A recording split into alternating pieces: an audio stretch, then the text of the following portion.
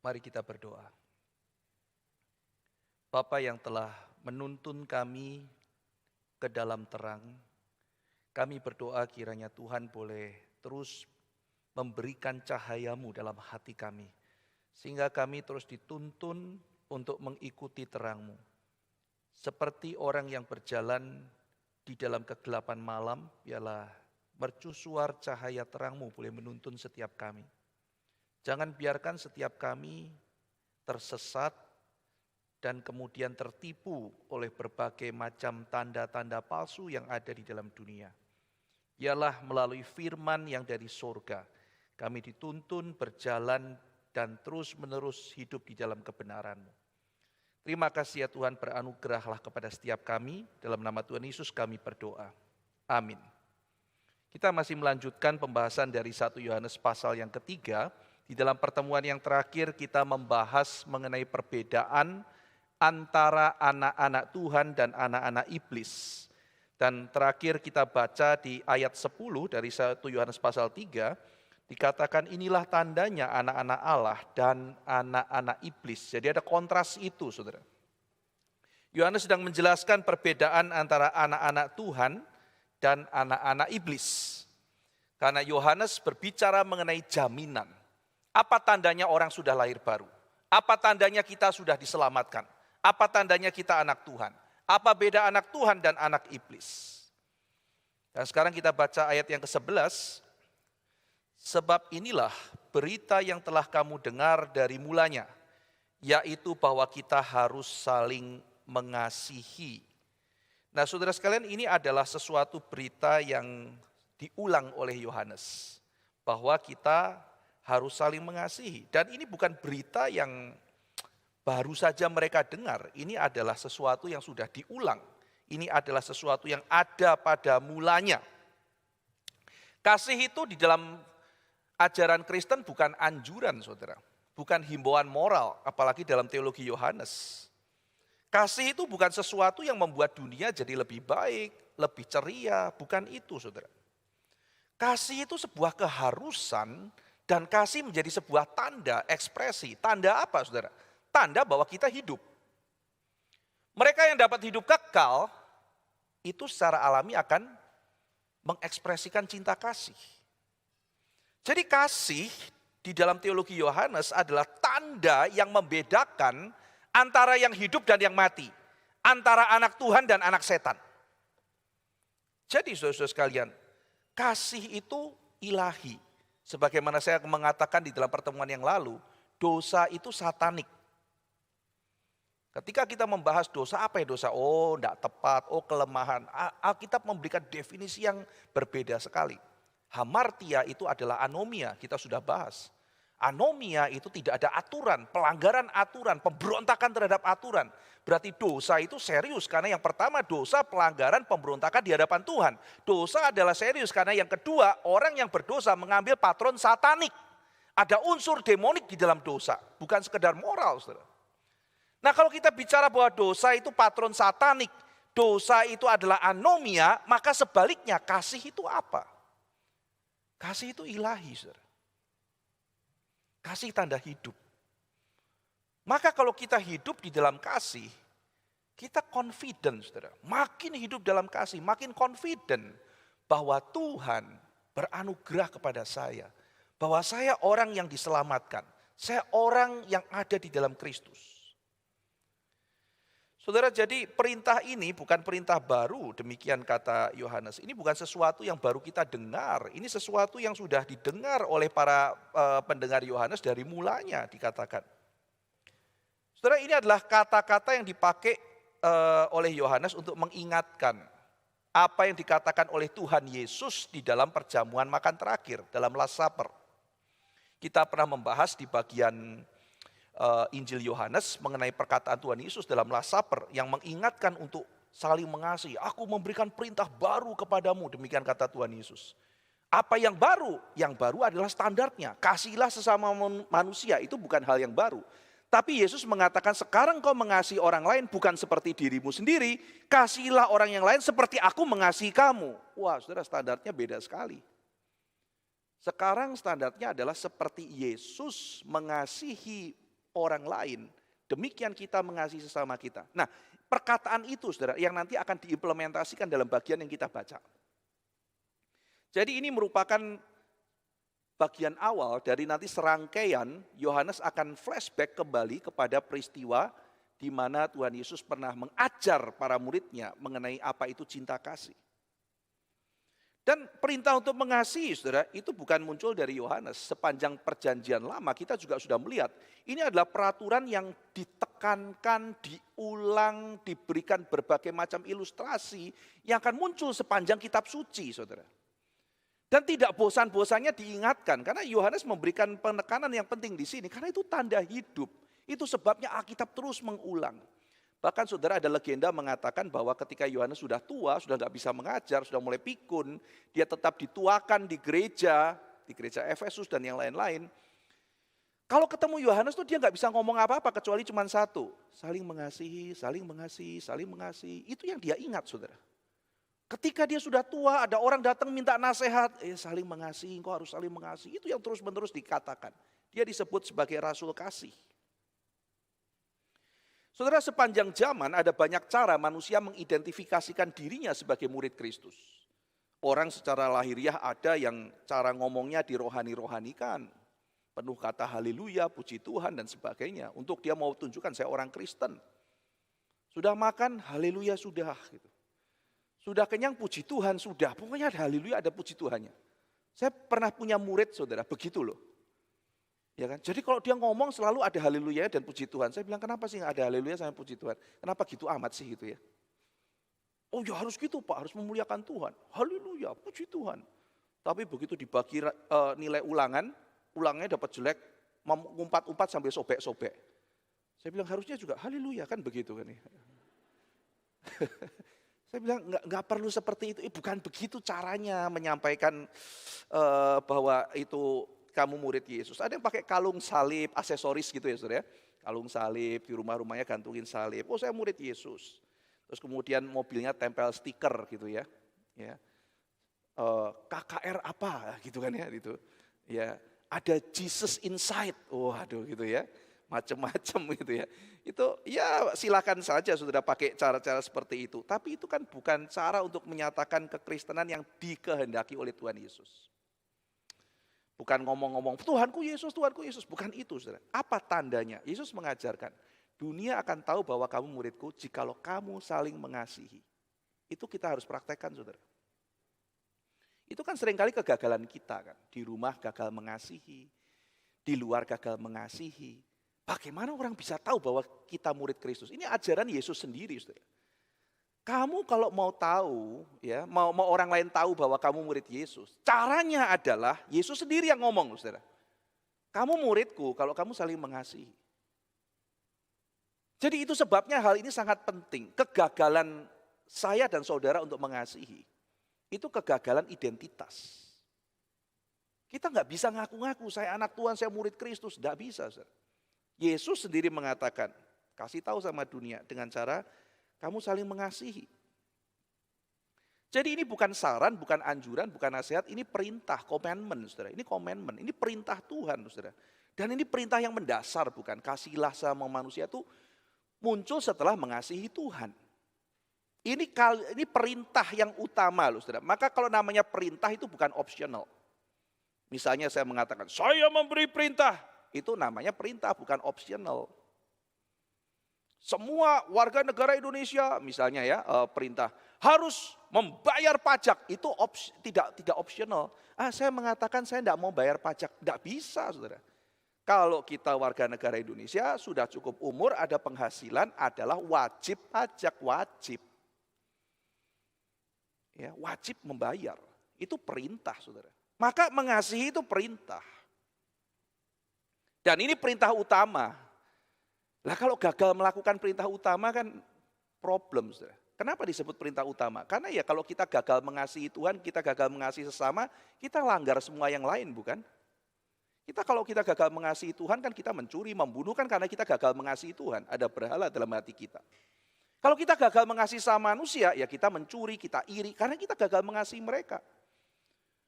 Maka ini perintah yang utama, dan perintah yang utama kalau dilanggar itu kan serius, namanya juga perintah utama.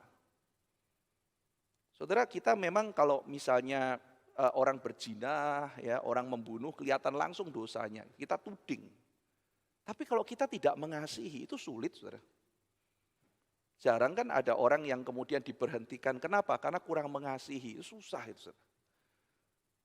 Mungkin enggak? Ya mungkin gitu. Tidak ada kasih, tapi kita berhentikan dia. Kenapa? Karena dia kurang mengasihi. Wah, itu susah sekali kita cari indikatornya. Kalau nyolong kan ketahuan kan? Ini nyolong gitu kan. Tapi saudara, ada hal-hal, ternyata banyak dosa serius yang kita mungkin sulit untuk identifikasi. Nah, celakanya fatalnya adalah kita memang nggak nyolong, kita memang nggak zina, tapi kita tidak hidup dalam kasih, saudara.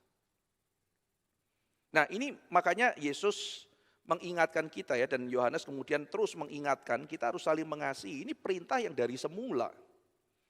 Dan mencintai itu paling gampang kalau kita mencintai orang-orang yang gampang dicintai gitu. Ada orang-orang yang lovable gitu, saudara ya. Kan kalau foto tuh ada yang namanya fotogenik gitu ya. Gak tahu tuh orang kalau di foto tuh kelihatan selalu siap, mukanya tuh seger, posenya itu kelihatan cocok di foto. Ada orang yang tidak fotogenik gitu. Kalau di foto udah dandan pun kayak gak mandi gitu ya gitu. Kusam gitu ya. Ya sudah, apa boleh buat gitu. Memang begitu. Ada orang yang fotogenik, ada yang kurang fotogenik. Di foto kayak apapun kelihatan jelek gitu. Ini ada orang yang di foto kayak gimana pun, bangun tidur pun kelihatan bagus. Fotogenik mungkin. Nah, tapi kita mengasihi kan juga sering begitu kan. Ada orang yang kayaknya dikasih itu enak. Tapi ada orang tuh yang susah sekali untuk dicintai. Nah, perintah ini kan bukan perintah untuk seneng sama orang, ini perintah untuk mengasihi, saudara. Perintah untuk mengasihi, kita boleh nggak seneng sama orang, tapi kita mesti belajar mengasihi orang. Dan seringkali kalau Tuhan menempatkan kita di dekat orang-orang yang nggak gampang untuk dikasihi, mungkin itu adalah latihan Tuhan buat hidup kita. Saya ingin menghindari pun nggak bisa orang itu masuk dalam kehidupan saya. Dan saya sulit untuk menolaknya. Dan saya harus belajar mengasihi. Dan dia sulit untuk dicintai, sulit untuk dikasihi. Dia masuk begitu saja dalam kehidupan kita. Itu tes mungkin dari Tuhan untuk kita belajar mengasihi. Gampang mengasihi kalau yang kita cintai itu memang selayaknya dicintai. Orang yang hebat, orang yang menakjubkan, orang yang mungkin ada keindahan-keindahan karakter tertentu. Gampang kita cintai, saudara. Tapi kalau kita mencintai orang yang aneh, waduh, gimana kita mengasihi orang kayak begini? Dulu saya punya murid, saudara, saya kemanapun pergi dia selalu ikut.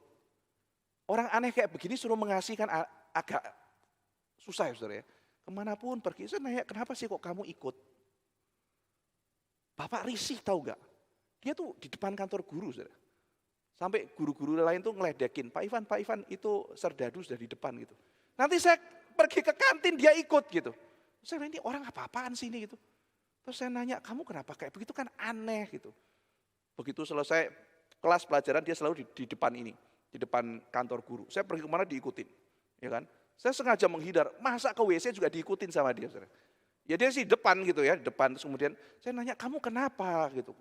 Bisa nggak ikutin saya, kenapa kamu kemana-mana ikutin saya. Terus dia bilang, kan Bapak khotbah kemarin mengenai pemuritan.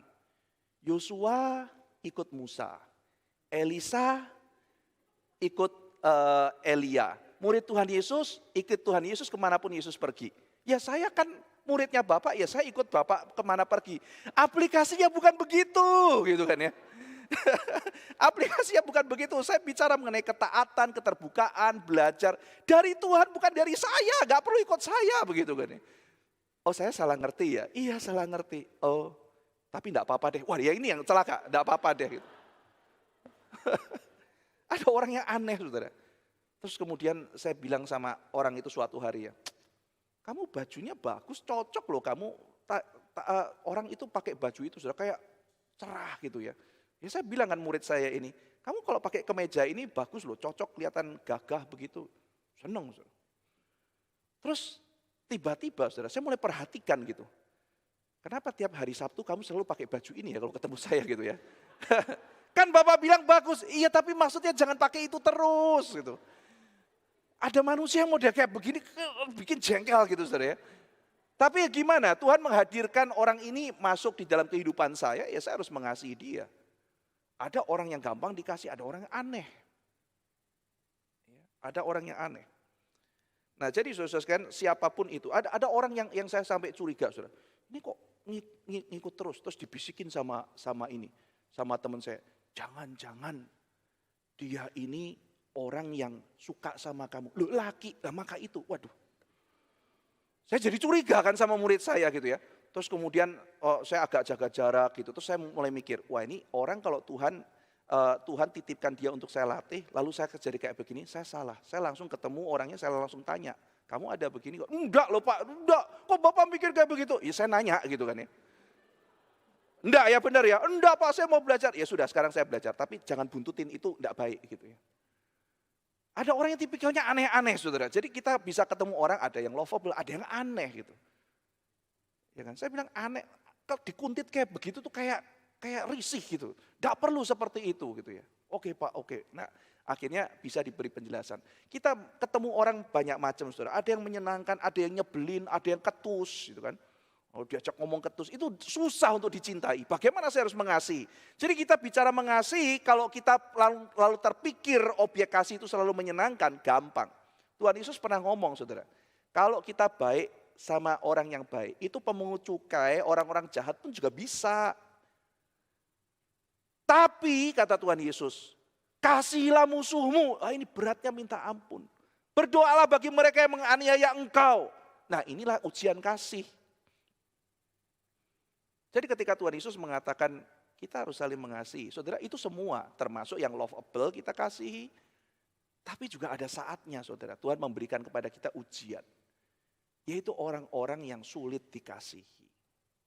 Dan ketika mereka hadir kita belajar, memang kita nggak suka ya. Tapi kita belajar untuk mengasihi. Karena kasih itu supranatural. Sebagaimana dosa itu demonik, kasih itu ilahi. Dan saya percaya saudara, ketika kita kekurangan kasih karena kasih itu ilahi. Dalam kitab Roma Paulus mengatakan, Bapa akan memberikan cinta kasih yang besar itu dalam hati kita melalui Roh Kudus. Nah inilah keilahiannya, inilah yang indah. Bahwa cinta kasih itu bukan juga bergantung kekuatan kita sendiri. Kalau kita meminta, Bapa akan memberikan cinta kasihnya dalam hati kita melalui Roh Kudus. Karena kalau kita cuma mengasihi dengan kekuatan kita akan capek saudara, lelah dan habis. Tapi kalau cinta kasih itu sesuatu yang Tuhan nyatakan dan berikan dalam hati kita, baru itu akan mengalir keluar. Lalu kita sekarang lihat ayat 12 saudara. Bukan seperti Kain yang berasal dari si jahat dan yang membunuh adiknya. Dan apakah sebabnya ia membunuhnya? Sebab segala perbuatannya jahat dan perbuatan adiknya benar. Wah ini ayat yang tajam sekali. Ini bagian yang baru saudara dalam bagian ini ya. Jadi apa yang baru? Yohanes sedang membicarakan sesuatu yang sudah diulang-ulang di dalam seluruh kitab suci. Dan dia juga mengatakan ini bukan hal yang baru. Tapi disinilah kebaruannya. Yaitu Yohanes menggambarkan kontras antara anak Tuhan dengan anak iblis. Antara cinta dan benci dengan contoh yang baru. Cinta hidup digambarkan dengan kasih Kristus. Benci, kematian digambarkan dengan kebencian Kain. Anak Tuhan, anak setan. Cinta, benci, kasih Kristus, kebencian Kain. Jangan seperti Kain. Jadilah seperti Kristus. Kalau kita bicara dalam abad 20 saudara. Siapa tokoh yang dekat dengan pembunuhan? Orang mungkin akan bicara, Hitler. Dia membunuh banyak orang, penuh kebencian. Oh Stalin Pak, ada yang mengatakan dia membunuh musuhnya itu sampai 2 juta. Gitu. Oh Pol Pot, itu orang yang sangat kejam. Oh Idi Amin, orang yang juga kejam. Ya itu adalah nama-nama yang identik dengan kekejaman, kebencian, dan pembunuhan di abad ke-20. Hitler, Stalin, Pol Pot, Idi Amin. Tapi kalau saudara bicara mengenai literatur perjanjian lama, dan bicara Hitlernya zaman dulu, bicara Stalinnya zaman dulu, akan muncul nama Kain. Kain. Jangan jadi Hitler, jadilah Kristus. Jangan jadi Kain, jadilah seperti Kristus. Jadi Kain adalah tokoh yang terkenal sebagai sebuah pelajaran negatif. Saudara sekalian, Alkitab itu ditulis untuk memberikan pelajaran yang positif dan juga pelajaran yang negatif. Maka Alkitab menulis apa adanya termasuk hal-hal yang buruk karena Tuhan mau kita belajar bukan sekedar dari positifnya tokoh-tokoh kitab suci, tetapi belajar dari negatifnya. Nah ini penting sekali saudara, belajar dari yang positif, belajar dari yang negatif. Nah ini tercatat dalam mana? Saya pada waktu yang lalu berkhotbah mengenai Masa dan Meriba, itu kejadian di dalam kitab Keluaran, dan di situ kalau kita melihat komentar Paulus dalam 1 Korintus 10 itu menarik. Coba kita lihat sedikit 1 Korintus pasal 10.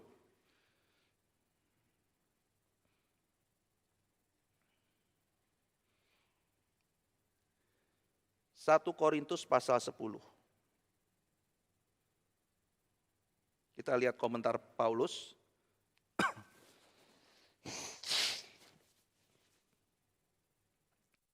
Ke-6 ya.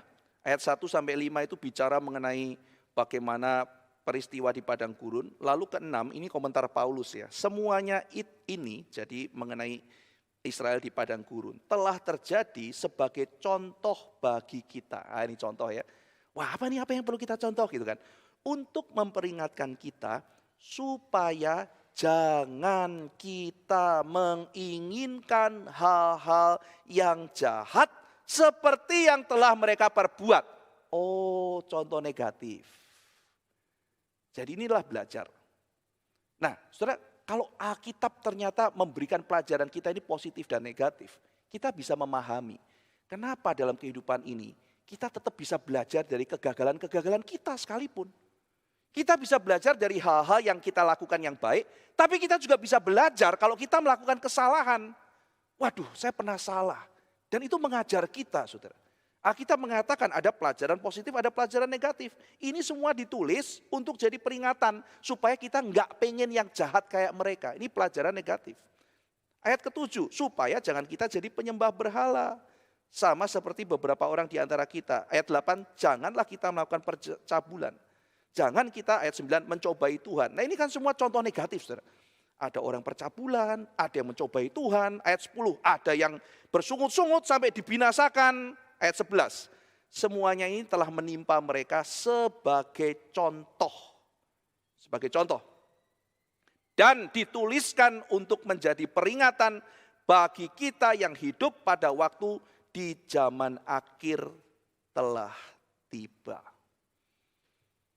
Ngapain sih Tuhan nulis tentang orang Israel memberontak pada mati di padang gurun? Nah ini Paulus mengatakan tujuannya. Ada belajar positif, ada belajar negatif. Nah Kain ditulis sebagai sebuah peringatan. Dan Yohanes memakai itu, jangan seperti Kain. Jangan seperti Kain.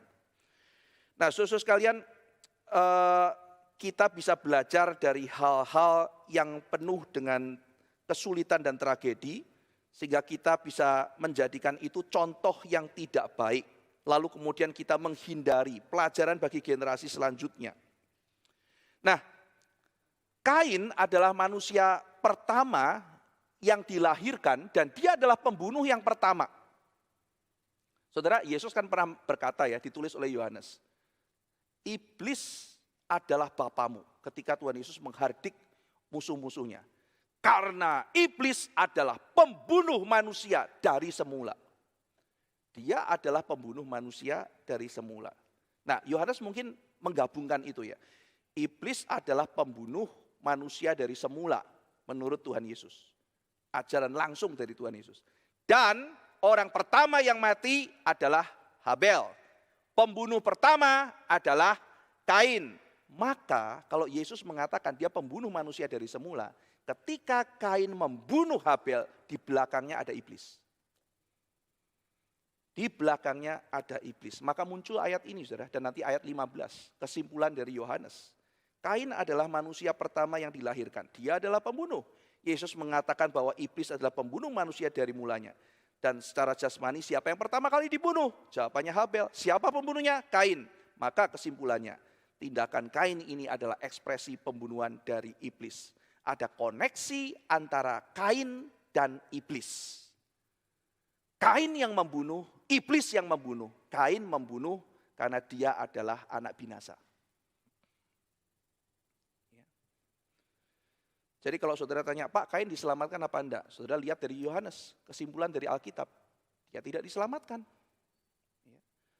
Nah, penyebab pembunuhannya apa? Kenapa Kain membunuh Habel? Penyebab pembunuhannya bukan karena Habel jahat. Yohanes mengatakan, dia membunuh Habel karena Habel benar dan dia jahat. Loh, kok kebalik? Iya, seperti itu. Kenapa Kain membunuh Habel? Karena Habel benar. Jadi karena Habel benar, dia dibunuh. Saudara jangan kaget akan hal itu. Jadi kenapa kita susah? Karena kita benar. Loh, bukannya kita salah, kita mau benar kok malah susah. Ya itu. Seorang murid saya bilang, saya jujur. Kenapa saya susah? Maksudmu apa gitu? Aku jujur dapat 7, mereka nyontek dapat 9, kata murid saya. Terus kamu nggak rela, kamu masih mau menipu dirimu. Udah dapat 7, bilang 9. Ya, kamu mau menipu diri, mau banggain kamu 9, padahal sebetulnya aslinya 7. Udah bagus dapat 7, kalau kamu nggak belajar dapat 5, bersyukur. Tapi aku nggak usah belajar, bisa dapat 9 kalau nyontek. Kalau aku belajar, ya cuman dapat 7. Mereka nggak belajar loh, mereka nggak kerja keras. Aku kerja keras pun dapat 7. Saudara-saudara sekalian, dia merasa dirugikan karena dia melakukan kebenaran. Dan udah kayak begitu saudara, ini kan orang udah bener ya, nggak nyontek ya, masih dibully di kelas. Udah dapat nilainya jelek masih dibully, kenapa kamu nggak nyontek? Kan problemnya begitu saudara ya, kalau nyontek rame-rame itu ya. Ya, saya dulu waktu kuliah juga sering dibully saudara. Ya kan, pelit, mereka bilang gitu. Mereka tuh nggak tahu saya hasilnya juga bagus apa enggak gitu. Nah, saya kan bilang, loh kok kamu kayak begitu, berarti asumsinya nilaiku bagus dong. Aku nilai apa juga enggak tahu kok kamu begitu, pokoknya lu pelit. Ya gitu kan ya. Aku benci kamu pelit gitu. Bagi kayak, loh aku kan enggak mau bagi kamu karena takut nilaimu jelek kayak aku kan bisa gitu. Aku aja enggak yakin kok kamu sok yakin gitu. Ya kan orang nyontek enggak dikasih kan juga bisa 2 macam gitu. Ngapain kamu nyontek, saya belum tentu saya bagus kok. Ya, saya pernah suatu ketika saudara, waktu SMA itu ulangan ikut A3, kan dulu IPA, biologi, IPS ya, A1, A2, A3. Saya tuh ikut di teman-teman A3. Wah, A3 itu ada anak A1, ada anak fisika ikut ulangan gitu. Saya nggak siap betul-betul saudara. Saya datang gitu, terus Ivan taruh depan, saya taruh depan saudara.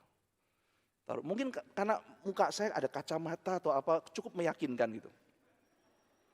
Dan memang semuanya belajar, saya enggak pernah belajar. Karena saya memang punya prinsip, saudara, ngapain belajar? Kan belajar di rumah. Emang belajar sebelumnya jadi ngefek? Enggak juga, kok udah tenang-tenang aja santai. Santai, lu enggak belajar, Van, ngapain? Gitu. Belajar kan di rumah, ya memang benar gitu kan. Saya memang biasanya gitu. Orang kira saya udah siap banget.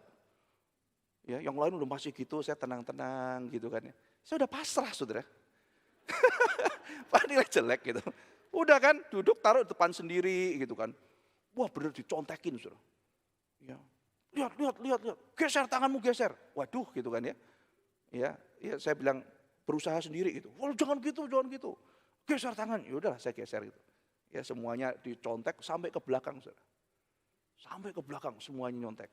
Saya dapat 3, saudara. Tapi karena seluruh kelas jelek, saya dipanggil sama guru. Ini semua nilainya jelek, jadi kita ulang semua ya. Iya Bu, nah yang keduanya saya lebih siap gitu. Ya. Nah jadi kan bisa jadi kan orang nyontek akhirnya jelek, makanya saya tutupin. Ya kan? Enggak mau gitu. Saya bicara sama teman saya, lu kalau misalnya nanya saya sebelum ulangan, malam pun saya ajarin. Tapi kalau sudah ulangan enggak bisa, itu prinsip hidup saya. Gitu. Dimusuhin saudara. Perlu 1 semester sampai berdamai. Ketemu, ternyata gue salah sangka gitu. Teman-teman saya bilang gitu. Saya bilang, saya udah ngomong, pokoknya lu kalau setelah sebelum ulangan, nanya gue ajarin sebisanya. Tapi kalau udah ulangan, gue nggak mau nyontek dan gue nggak mau dicontek, itu prinsip saya. Gitu. Ya. Kenapa sih? Ya karena gue orang Kristen. Itu orang Kristen banyak nyontek, urusan dia gitu kan ya. Ya urusan dia gitu, gue nggak mau gitu. Tapi dimusuhin, dimusuhin. Kenapa dimusuhin? Ya alasannya bukan karena saya benar, karena saya pelit, kan gitu kan. Tapi secara hukum kan benar gitu. Waktu dosen masuk, saya duduk depan sendiri. Kenapa? Pikir saya depan dosen. Kalau ada yang berani nyontek, dosen akan bertindak. Begitu dosen sudah lihat anak di dalam semua, dia mengatakan selamat mengerjakan dan dia kabur. Pada waktu saya jadi asisten, ya kan saudara, saya baru tahu alasannya. Waktu saya masuk jadi asisten mahasiswa waktu itu, saya bawa 12 orang karena kelasnya 200 orang yang ujian. Saya bawa 12 teman saya bilang, mau nggak ngawasin junior? Mau gitu kan ya. Nggak dibayar ya, nggak apa-apa, kan gue jadi senior ngawasin ujian. Pokoknya jangan sampai ada yang nyontek, beres, 12 orang masuk saudara. Ya kan mereka bisa sok senior gitu ya. Oh, udah keliling, benar-benar waktu itu aman, nggak ada yang nyontek saudara. Nggak ada yang nyontek, satu pun nggak ada yang nyontek. Kita jaga dengan baik. Lalu akhirnya saya dipanggil dosen. Kamu apakan kemarin waktu ulangan Ivan? Oh saya jaga baik-baik Pak, saya kerahkan 12 orang. Aduh, ini saya harus ulangan lagi. Kenapa Pak? Mayoritas dapat F. Ini kalau begini saya dibilang nggak bisa ngajar, Ivan. Gimana? Mereka nggak mau belajar Pak, gitu. Ya tapi nggak bisa. Ulangi lagi sekali lagi dan kamu tutup mata ya. Gitu. Saya akhirnya jujur bilang, Pak, saya nggak bisa Pak. Saya benar-benar mesti jaga integritas. Kalau namanya ulangan nggak boleh, saya nggak bisa Pak. Jadi Bapak tolong jangan suruh saya jaga. Kalau Bapak suruh saya jaga, pasti akan ketat lagi. Dan dia bilang, ya sudahlah, saya cari orang lain untuk jaga. Akhirnya saya nggak jaga, saudara. Nah saya baru tahu kenapa begitu, kenapa dosennya pergi, dosennya juga takut gitu. Orang mau benar, orang cuma mau lempeng, saya cuma mau ujian benar-benar saja. Saya cuma mau ujian benar-benar, nggak bisa saudara kadang-kadang. Kalau saudara pernah mengalami hal itu, kasusnya macam-macam, itu baru kasus saya, kasus saudara macam-macam. Saya kenapa dijahatin? Alasannya cuma satu, karena mau benar disalahin saudara. Mungkin konteksnya saudara nggak mau korupsi tapi jadi problem. Kenapa? Karena yang lain korupsi. Gara-gara saudara nggak korupsi semuanya jadi kelihatan jahat. Maka saudara dibenci. Itulah Kain yang membunuh Habel. Karena Habel benar, shocking saudara alasannya. Kain membunuh Habel. Kenapa Yohanes? Karena Habelnya benar. Kainnya jahat. Itu sebabnya dia membunuh dia. Jadi ini masalah iri hati. Maka kita harus seperti Yesus, bukan seperti Kain. Kalau kita modelnya kayak Kain, kita benci orang-orang yang benar, kita jahatin orang-orang yang benar. Anak siapa itu? Bukan anak Yesus. Bukan anak Tuhan, saudara. Bukan anak Bapa di surga, bukan saudara Yesus. Itu adalah anak iblis. Karena Kain melakukan pembunuhan berdasarkan patternnya iblis. Iblis melakukan kejahatan, dia benci kebenaran, dia benci Tuhan. Maka siapa yang membenci kebenaran? Iblis.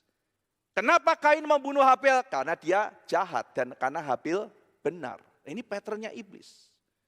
Saudara kalau melihat dalam kitab suci, pattern itu akan muncul terus. Ya, kenapa misalnya kita nanti melihat Yusuf dianiaya? Karena Yusuf benar, saudara. Kenapa Daud dikejar-kejar Saul? Karena dia populer, dia benar, dia berani menghadapi Goliat, maka dia dikejar-kejar mau dibunuh Saul. Kenapa Daniel mau dilempar ke gua singa? Dia berdoa. Semua orang yang benar dijahatin, saudara. Kain sebagai prototipe pembunuh pertama.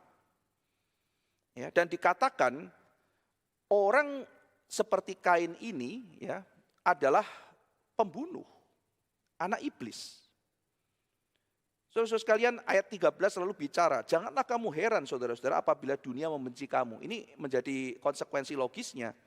Jadi Yohanes mengatakan jangan surprise. Kenapa aku gini?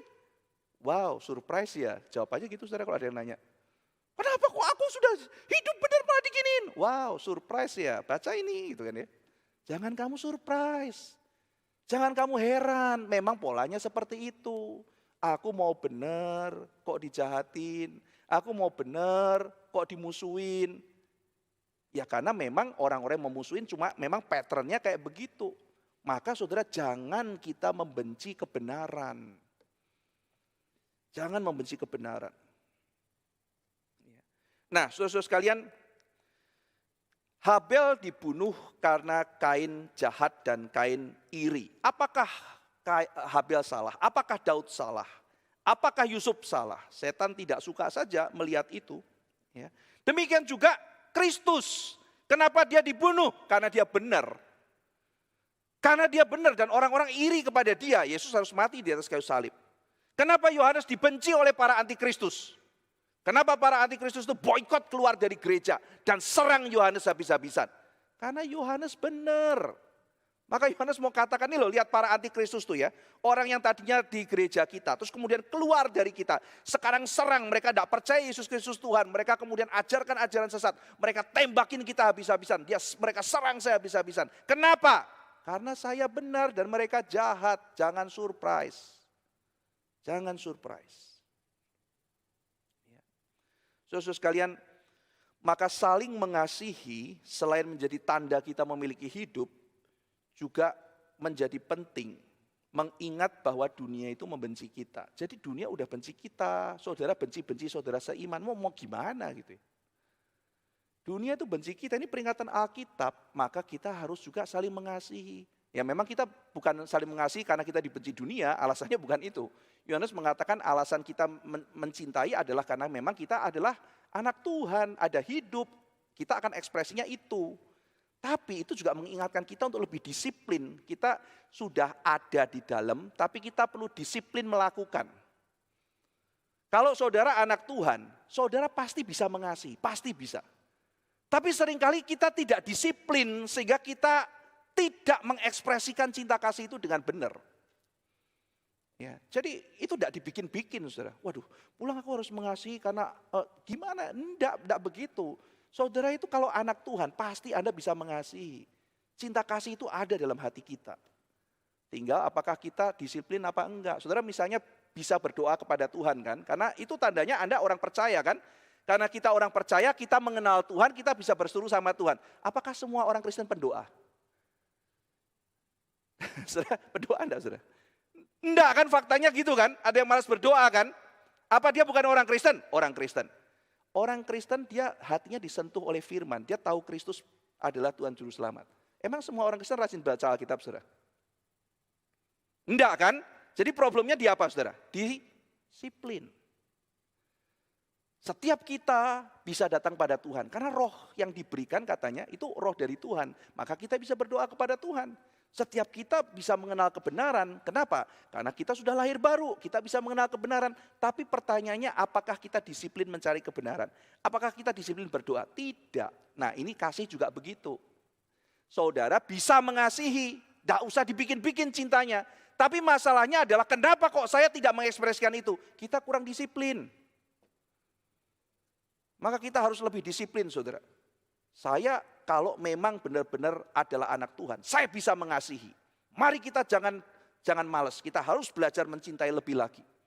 Kita perlu disiplin berdoa, perlu disiplin baca firman, kita perlu disiplin mencintai. Nah saudara, kita lihat ayat 14 dan 15 sekarang. Kita tahu bahwa kita sudah berpindah dari dalam maut ke dalam hidup. Yaitu karena kita mengasihi saudara kita. Nah tadi ya, jadi ini kan tanda kita bisa mengasihi kok. Karena kita sudah dipindahkan dari maut ke hidup. Barang siapa tidak mengasihi, ia tetap di dalam maut. Jadi orang yang hidupnya itu isinya benci luar biasa. Kita bisa curiga, oh ini mungkin belum lahir baru loh. Ngobrol sama orang isinya dendam, benci, iri, dengki. Wah ini sudah diselamatkan belum ngomongnya. Lu percaya Yesus? Percaya. Tapi isinya benci terus. Nah ini kita bisa curiga. Dan kita bisa tanya sama dia, kamu betul gak sudah di dalam Tuhan? Jangan-jangan belum loh. Periksa hatimu. Ayat 15, setiap orang yang membenci saudaranya adalah seorang pembunuh manusia. Apakah kalau saya benci pasti saya membunuh? Maksudnya apa ya? Maksudnya begini saudara, bukan berarti oh saya benci, saya pembunuh. Bukan begitu. Saudara ingat ajaran Tuhan Yesus ya. Orang yang menginginkan seorang perempuan begitu inginnya, itu sudah berzina sama dia dalam hatinya. Ada orang yang lihat perempuan ya, punya pikiran yang jahat, yang punya sesuatu yang bukan miliknya. Oh dia punya fantasi macam-macam tentang seksual. Dia sudah berzina dengan orang itu dalam hatinya. Sama seperti ini, orang demikian benci sama orang lain. Itu seperti orang yang sudah membunuh orang itu dalam hatinya. Maka seperti seorang pembunuh. Ya, jadi ini bukan bicara mengenai faktual orang benci adalah sama dengan pembunuh, tidak ya. Tetapi kita melihat bahwa kebencian itu menjadikan dia seperti seorang pembunuh ya. Dan kamu tahu bahwa tidak ada seorang pembunuh yang tetap memiliki hidup kekal dalam dirinya. Orang yang isinya benci, benci, benci, benci, benci. Apakah betul dia memiliki hidup yang kekal? Maka kasih menjadi tanda orang sudah melewati kematian di dalam ayat ini. Orang yang mendapat hidup, cirinya dia mengasihi. Kebencian kaitan sama iblis, kaitan dengan kematian. Cinta kaitannya dengan Tuhan, kaitannya dengan kehidupan. Ini adalah yang diajarkan oleh Yohanes di dalam bagian ini. Maka jangan kita mau dikuasai kebencian. Kalau kita tidak disiplin, kita membiarkan diri kita dikuasai kebencian, kita membiarkan diri kita ditipu, kemudian disesatkan. Ya, bagaimana kita bisa punya confident di hadapan Tuhan? Nah, saudara-saudara sekalian, kemudian kita lihat ayat ke-16. Demikian kita ketahui kasih Kristus, yaitu bahwa ia telah menyerahkan nyawanya untuk kita. Jadi kita pun wajib menyerahkan nyawa kita untuk saudara-saudara kita. Kalau di ayat 15, orang yang pembenci itu patronnya seperti Kain, seorang pembunuh. Maka ayat ke-16, kontrasnya adalah kasih Kristus. Kristus itu menyerahkan nyawanya untuk kita. Jadi perhatikan saudara ya, ia menyerahkan nyawanya untuk kita. Jadi kita pun wajib menyerahkan nyawa kita untuk saudara-saudara kita. Maksudnya niru patron, saudara. Yang satu patronnya adalah mengambil nyawa, yang satu patronnya memberikan nyawa. Lihat ya kontrasnya, saudara ya. Yang satu memberikan karena kasih, yang satu mengambil karena benci. Siapa yang kita ikuti? Yohanes mengatakan inilah kasih, memberi. Kasih itu memberi. Kasih itu juga tidak abstrak. Inilah kasih itu, Yesus Kristus turun ke dalam dunia. Yesus Kristus mati buat kita. Cinta itu gak abstrak, saudara. Kalau ini kelas Plato, maka saya akan membuka dengan pertanyaan, saudara, apa itu cinta? Dalam sebuah dialog namanya simposium. Cinta adalah sebuah gerak. Gerak apa ya? Gerak jiwa. Love is a motion, and motion is always motion towards something. Jadi cinta itu sebuah gerak. Gerak apa, saudara? Oh, gerak dari dalam keluar. Oke, berarti cinta memungkinkan adalah gerak jiwa. Tapi bagaimana jiwa itu bergerak? Cinta menggerakkan jiwa atau jiwa menggerakkan cinta? Oh, jiwa itu automotion. Dia bergerak pada dirinya sendiri. Jadi jiwa menghasilkan cinta atau cinta menggerakkan jiwa? Kalau jiwa bergerak sendiri, apa kaitan jiwa dan cinta? Cinta itu perasaan atau apa? Oh tidak, cinta itu gerak. Jadi jiwa yang bergerak, ada gerak macam jiwa itu macam-macam dong. Jadi selain cinta apa? Oh kira-kira kalau Yunani seperti itu ya saudara. Terus gerak jiwa keluar. Apa yang membedakan gerak cinta dan benci? Apakah cinta itu, benci itu bagian dari cinta? Atau cinta dan benci dua hal yang berbeda? Oh gini, kalau begitu gerak saya keluar, apa yang membuat gerak saya keluar? Kenapa gerak saya tidak ke dalam saja? Kenapa keluar? Nah ini kelas filsafat kayak begitu saudara kerjaannya. Terus ngomong, Plato ngomong, terus kesimpulannya apa? Ya enggak ada gitu. Kayak gitu kan, filsafat kebanyakan kayak begitu. Ya itu bukan hal yang gak berguna sih, ada banyak gunanya. Ada banyak gunanya. Tadi pagi saya khotbah dari pengkhotbah pasal keempat. Itu kan pengkhotbah juga banyak nanya, Alkitab juga banyak nanya, hal-hal paling esensial dalam kehidupan. Kenapa kerja? Apa motivasi kerja? Buat siapa engkau bekerja? Ini pertanyaan dalam-dalam sekali, saudara. Tapi ketika kita lihat misalnya kayak kasih, saudara. Apa itu cinta kasih? Enggak begitu. Inilah kasih itu. Apa Tuhan? Yesus Kristus datang mati buat kamu. Oh, kamu harus saling mengasihi. Bagaimana Tuhan? Yesus mati buat orang lain. Kamu juga berikan nyawamu. Jangan ambil kasih. Ah, begitu. Maka ketika saya ketemu sama seorang yang saya memberitakan Injil sama dia, terus saya tanya sama dia, apa kesulitan kamu selama ini dengan iman kamu? Iya Pak, saya ada kesulitan. Ketika saya menginjili ulang ya, orang yang sudah di dalam Tuhan, tapi saya nggak yakin dia sudah selamat atau belum. Dia bilang begini, kesulitan saya adalah, kata anak SMP kelas 3, buat saya Kristus itu abstrak ya Pak. Saya mulai pikir, Kristus itu abstrak ya.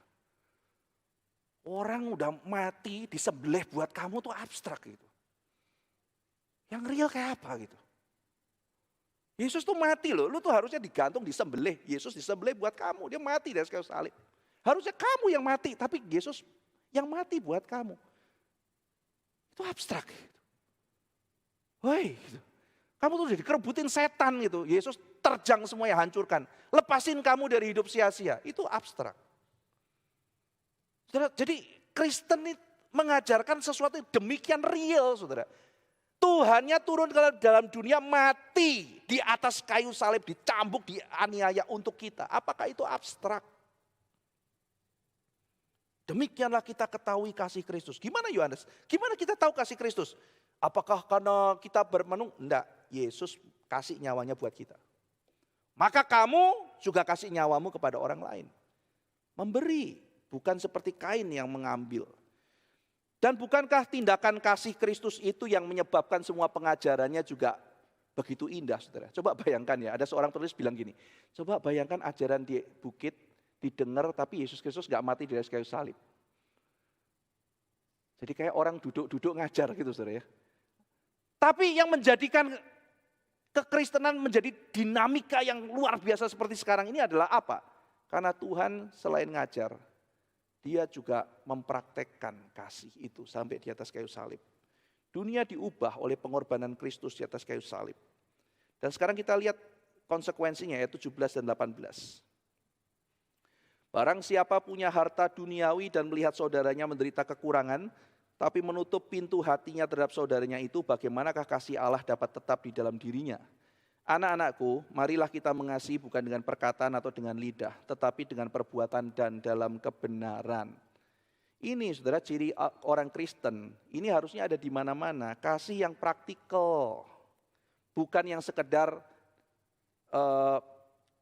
defisional ya. Kita harus mendefinisikan dan sebagainya. Yohanes beralih kan, ayat 16 bicara mengenai cinta kasih sorgawi, lalu kemudian ayat 17 bicara urusan dapur, urusan sehari-hari, orang lapar saudara. Jadi dari sorga turun ke dalam dunia, kayu salib, terus wah ini mau jadi apa nih? Jadi saudara-saudara sekalian, karena Kristus telah menyerahkan nyawanya bagi kita, kita pun wajib menyerahkan nyawa bagi saudara. Wah disuruh jadi martir, suruh jadi martir. Habis ini pergi keluar biar disembelih buat nama Tuhan. Dia cuma bilang apa saudara? Tuh lihat kamu punya saudara, punya teman, dia lapar gak bisa makan. Terus kamu diam-diam aja. Apa itu tindakan orang punya kasih? Oh, jadi saya enggak disuruh jadi martir itu. Enggak, saudara, praktikal sehari-hari gitu. Kamu ada cinta kasih Tuhan, kalau ada orang lagi sakit, terus enggak punya biaya gitu. Tergerak enggak kita untuk berbagian? Ada orang enggak bisa bayar kontrakan, enggak bisa bayar listrik, susah. Kita tergerak enggak berbagian ya? Ini praktikal sekali saudara dalam kehidupan kita.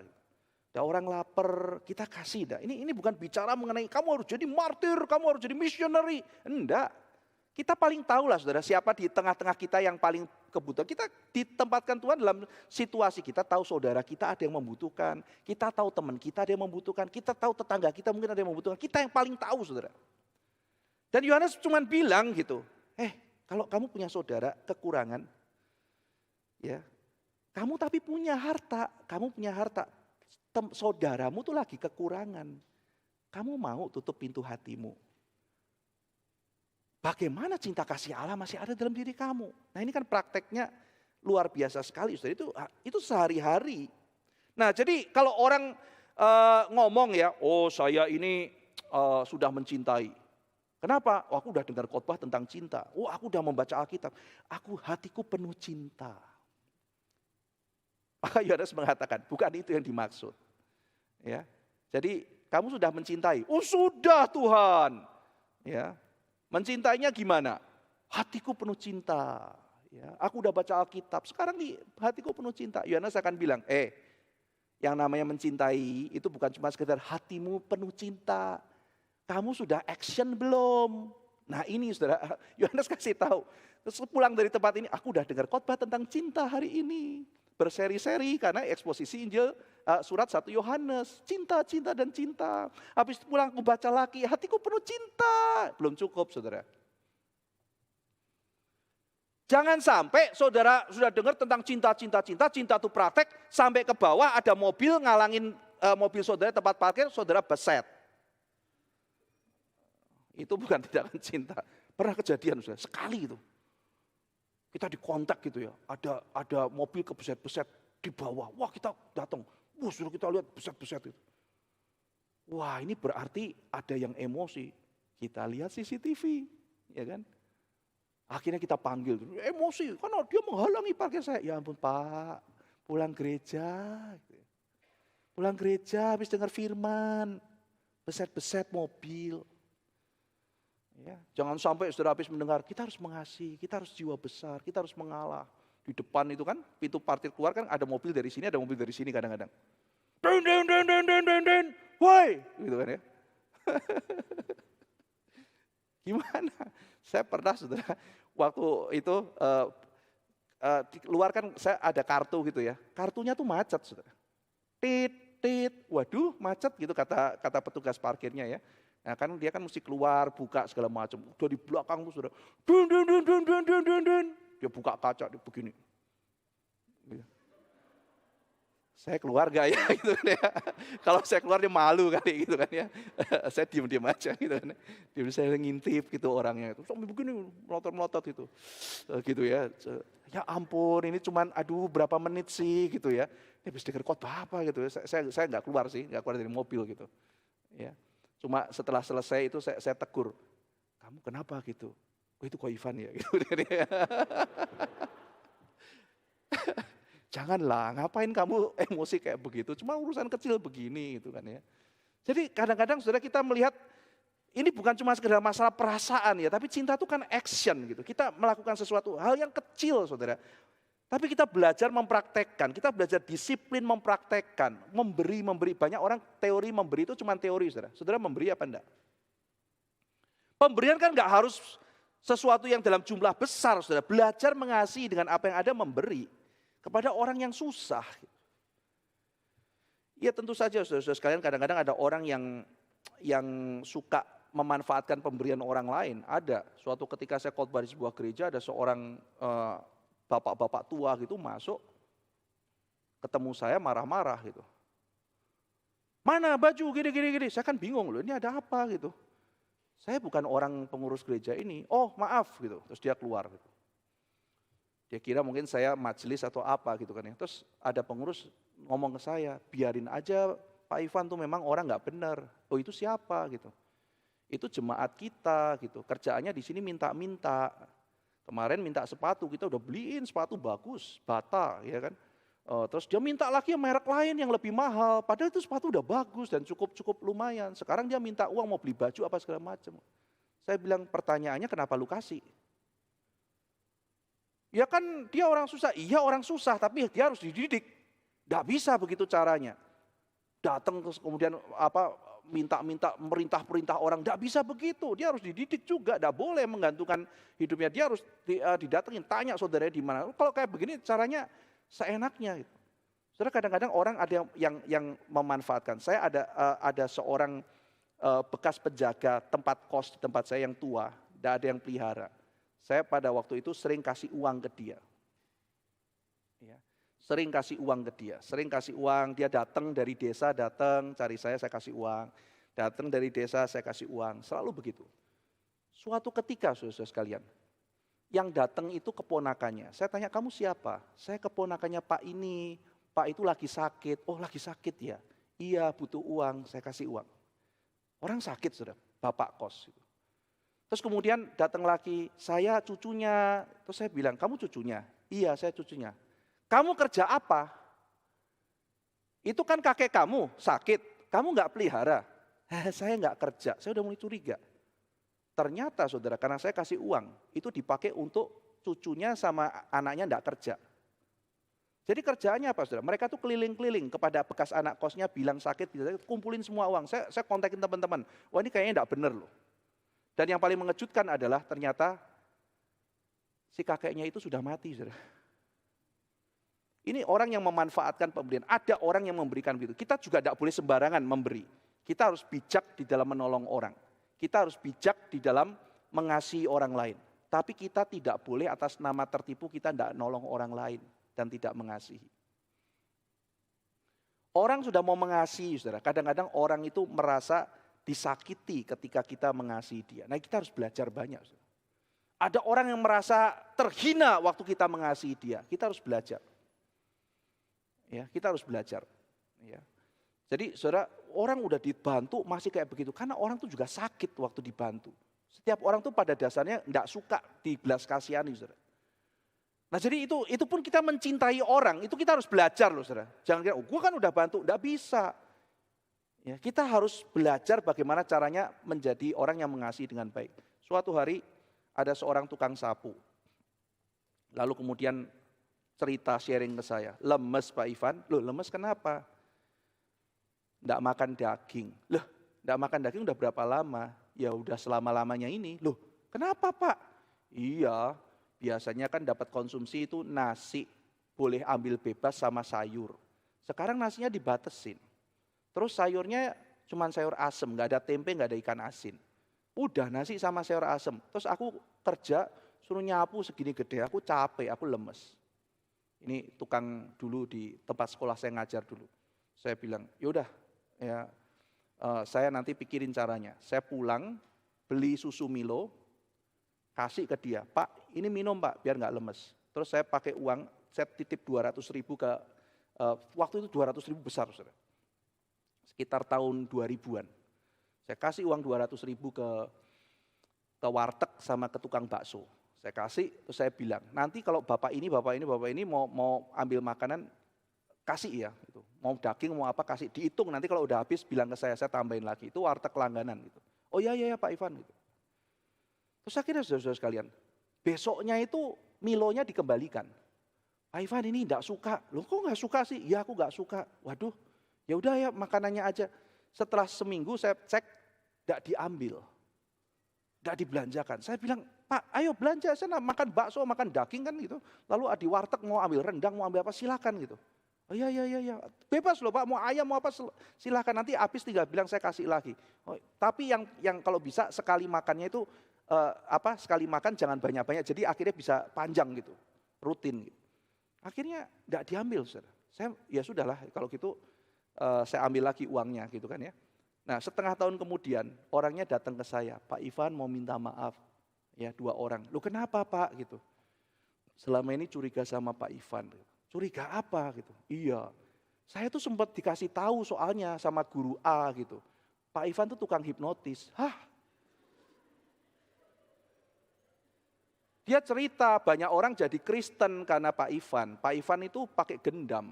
Jadi kalau misalnya dia bilang kalau dikasih makanan apa dikasih apa sama Pak Ivan jangan dimakan, lu jadi Kristen gitu.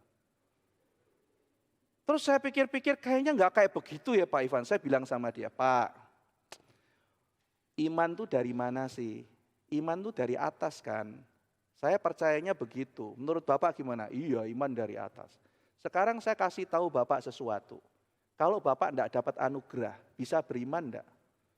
Ya enggak bisa ya Pak Ivan ya. Iya, saya percayanya begitu Pak. Jadi saya enggak mau pakai cara gendam buat apa? Karena di dalam kekristenan tuh Pak, yang penting tuh orang dari dalam hati. Bukan kalau gendam kan dari luar, orang kan enggak rela. Saya maunya rela, bukannya enggak rela. Ajaran kami gitu. Jadi caranya pasti akan lewat sharing, bukan pakai cara begitu. Sekarang nih saya sharing nih, ya udah saya sharing sekalian kan, Injil saya ceritain gitu. Nih saya kayak begini, kalau Bapak nggak dapat anugerah, Bapak nggak mungkin percaya. Ya kan Pak? Iya. Nah maka sekarang ya saya harap Bapak percaya. Iya kan? Lihat nggak pakai cara gedam kan? Iya nggak pakai cara. Ya caranya begini, namanya penginjilan. Oh gitu. Dia akhirnya bilang, iya Pak ini minta maaf ya, saya kira tuh Bapak tukang hipnotis. Saya baru pertama kali dikira tukang hipnotis saudara ya. Wah gampang banget, jadi Kristen gitu. Terus buat apa gitu? Kan nggak dari dalam hati kok gitu. Lalu kemudian baru setelah itu, jadi sekarang sudah mau ya. Milo suka nggak? Suka, udah. Baru kasih. Baru kemudian taruh dimakan, saudara. Mau mengasihi aja, saudara. Itu nggak gampang gitu. Ya, kita mesti belajar. Lalu suatu hari saya ketemu sama satu orang anak ya. Loh kok kamu bisa sampai jam 7 malam? Jam 5 kan sekolah sudah digembok. Iya Pak, caranya gampang. Gimana? Kasih 20.000 ke bapaknya yang jaga gerbang, dibukain pintunya. Wah saya marah, saya panggil bapaknya. Pak, ya kan? Mau dikasih berapapun peraturannya itu enggak boleh buka. Ya, sekali lagi saya bilang enggak boleh buka ya. Iya Pak Ivan, awas kalau buka, enggak benar gitu ya. Saya panggil anak-anaknya, lu enggak ngasih, lu nyogok. Lu kalau ngasih, lu ngasih karena peduli. Kamu ngasih peduli atau karena mau ini? Karena mau sampai jam 7 Pak Ivan gitu. Kalau mau kamu peduli kasih, ya itu namanya kasih. Tapi kalau kamu itu namanya nyogok. Saya bilang ini SMA udah belajar nyogok gimana nanti gede gitu kan ya. Saudara, jadi cinta kasih itu sesuatu yang alami dari dalam. Orang bisa kelihatan cinta kasih tapi banyak yang palsu. Tapi kasih yang sejati itu pasti akan muncul. Saudara hanya perlu disiplin. Mari kita disiplin. Disiplin berdoa tidak gampang. Disiplin baca firman tidak gampang. Disiplin mengasihi tidak gampang. Tapi kita bisa. Mari pulang dari tempat ini mulai pikir. Yang real, yang real, yang real. Kebaikan kecil pun tidak apa-apa. Tapi itu menjadi latihan buat kita. Baik, baik. Kasih, kasih, kasih. Memberikan sesuatu. Kasih itu bisa memberi, tapi bukan hanya memberi ya. Ini hanya salah satu contoh saudara. Itu cinta kasih itu banyak macam. Memberitakan Injil itu cinta kasih. Suatu hari saya ketemu sama teman saya lama, terus dia cerita. Ya, oh kamu pendeta ya? Iya aku pendeta. Kalau kamu gimana? Oh aku sih rasa semua agama baik ya. Ya aku kadang-kadang ke ini, kadang-kadang ke itu, lintas agama gitu. Terus saya bilang, boleh saya cerita pandangan saya gitu. Oh ya kalau menurutmu gimana? Saya dalam hati bilang, ini teman saya lama. Kalau saya cerita Injil, suasana jadi awkward. Tapi kalau saya nggak cerita Injil, saya nggak sayang sama dia. Lalu saya bilang, iya. Kalau agama itu memang sama-sama yang seperti kamu bilang, ajarkan ada unsur moralitas itu ada. Setiap agama ada moralitas dan ada mengajarkan moralitas yang baik. Tetapi hidup ini nggak cukup mengenai baik dan jahat. Ini ada tema namanya hidup dan mati, teman. Maksudmu hidup dan mati apa? Iya. Bicara mengenai keselamatan kekal atau kebinasaan. Ada tema itu teman. Kita hidup ini setelah kita mati, aku nggak mau ngomongin yang kayak gitu. Kita ganti tema aja ya, kita ngomongin yang ringan-ringan saja. Saya doa sama Tuhan, kalau bukan sekarang kapan lagi ketemu teman. Sorry ya, boleh nggak aku terusin. Kali ini aja, kan kita belum tentu ketemu lagi. Daripada ngomong yang nggak penting, lebih baik kita ngomong yang bicara mengenai kekekalan dan apa kan, ini kan penting gitu. Ya udah deh, saya mau dengar. Akhirnya saya utarakan saudara, suasana jadi sedikit kurang enak. Tapi akhirnya dia mendengar dan saya akhiri dengan mengatakan, karena saya kan teman kamu, apalagi saya orang yang melayani Tuhan, masa teman saya sendiri tidak dengar dari mulut saya sih? Kita kan teman, maka saya kepingin kamu dengar dari mulut saya. Dan dia respect. Oke, saya mau dengar dari mulut kamu. Saya cerita saudara tentang Injil. Kadang-kadang saudara berita Injil sama teman baik kita itu susah ya. Susah loh, karena kita nanti jadi tidak teman dan sebagainya. Tapi saya pikir saya harus cerita. Saya harus cerita, itu bentuk mengasihi. Saya ketemu murid saya, cerita panjang lebar, saya pernah cerita ini kan. Saya sangat respect sama Pak Ivan karena saya gini-gini, saya sudah 15 tahun nggak ketemu Pak Ivan, sekarang saya senang sekali. Terus saya cerita, terakhir kamu udah ke gereja waktu itu ikut-ikutan, kamu sudah percaya Tuhan belum? Belum. Duduk deh kita ngobrol. Menurut saya semua agama baik Pak, ya saya tahu gitu. Semua agama pasti mengajarkan ada moralitas, ya kan? Ada hal-hal yang baik yang diajarkan. Tapi saya nggak mau bicara itu. Saya mau bicara mengenai Tuhan Yesus. Bapak, kata dia dengan agak lebay, gitu ya. Saya kalau misalnya Bapak ngomong kayak begini, mulai hari ini saya nggak respect sama Bapak loh. Hati-hati Pak, gitu. Ya, saya selama ini respect sama Bapak. Jangan akhirnya kacau karena 5 menit ini. Maka saya bilang sama dia, boleh nggak tukar 15 tahun respect kamu itu dengan 5 menit ke depan. Saya cerita Tuhan Yesus, saya rela kok. Wah dia gitu ya, diomong gitu. Saya dalam hati bilang, Tuhan buat apa saya direspect orang ini tapi orang ini binasa. Dia harus dengar Injil. Lalu kemudian dia bilang, oke Pak boleh, oke. Hari ini, mulai hari ini, tidak perlu respect sama saya selamanya. Tapi 5 menit ini kamu dengar baik-baik. Saya bicara tentang Tuhan Yesus. Dia dengar. Saya akan pikirkan Pak. Oke, sudah 5 menit sesuai janji saya gitu ya. Masih mau respect gak? Saya tanya gitu. Masih sih Pak, masih gitu. Ya puji Tuhan gitu ya. Saya dalam hati nyesel waktu pulang. Kenapa gak tambah 5 menit lagi gitu ya. Gitu. Masih kok gitu kan ya. Harus tambah 5 menit lagi gitu ya. Ya sudahlah, itu yang penting saya sudah memberitakan sama dia. Cinta itu macam-macam, Saudara. Cinta itu bentuknya macam-macam. Tapi apakah kita mau praktekkan itu, Saudara? Memberitakan firman Tuhan, membagi, kata Yohanes, urusan dapur gitu. Ada orang yang tidak punya, kita kasih. Ada orang yang sakit, kita bantu. Ya mungkin kita nggak bisa bantu semua, Saudara. Siapa kita bisa menyelesaikan masalah orang seluruh dunia? Tapi mengekspresikan cinta kasih sebisa kita. Mari kita berdoa. Bapa dalam surga, cinta kasih Kristus itu nyata. Dan di mana ada Kristus, di situ kami melihat ada cinta kasih. Kain mengambil, Kain kebenciannya mengambil dari orang lain, mengambil nyawa orang lain. Kristus dalam cinta kasih yang besar memberikan nyawanya. Tolong kami ya Tuhan meneladani Kristus. Karena kami adalah anak-anak Allah. Kami harus meneladani teladan Kristus yang sudah membagi hidupnya bagi orang lain. Tolong kami disiplin untuk mempraktekkan cinta kasih yang Tuhan sudah berikan kepada kami. Bukan yang kami usahakan sendiri. Tetapi karena kami ada di dalam hidup, maka kami bisa mengasihi. Ampuni kami yang kurang disiplin, kurang mengingat, kurang bersungguh-sungguh, kurang memaksa diri kami untuk mengasihi sesama kami. Tuhan tolong supaya kami lebih disiplin lagi dalam mempraktekkan cinta kasih. Dalam nama Tuhan Yesus kami berdoa. Amin.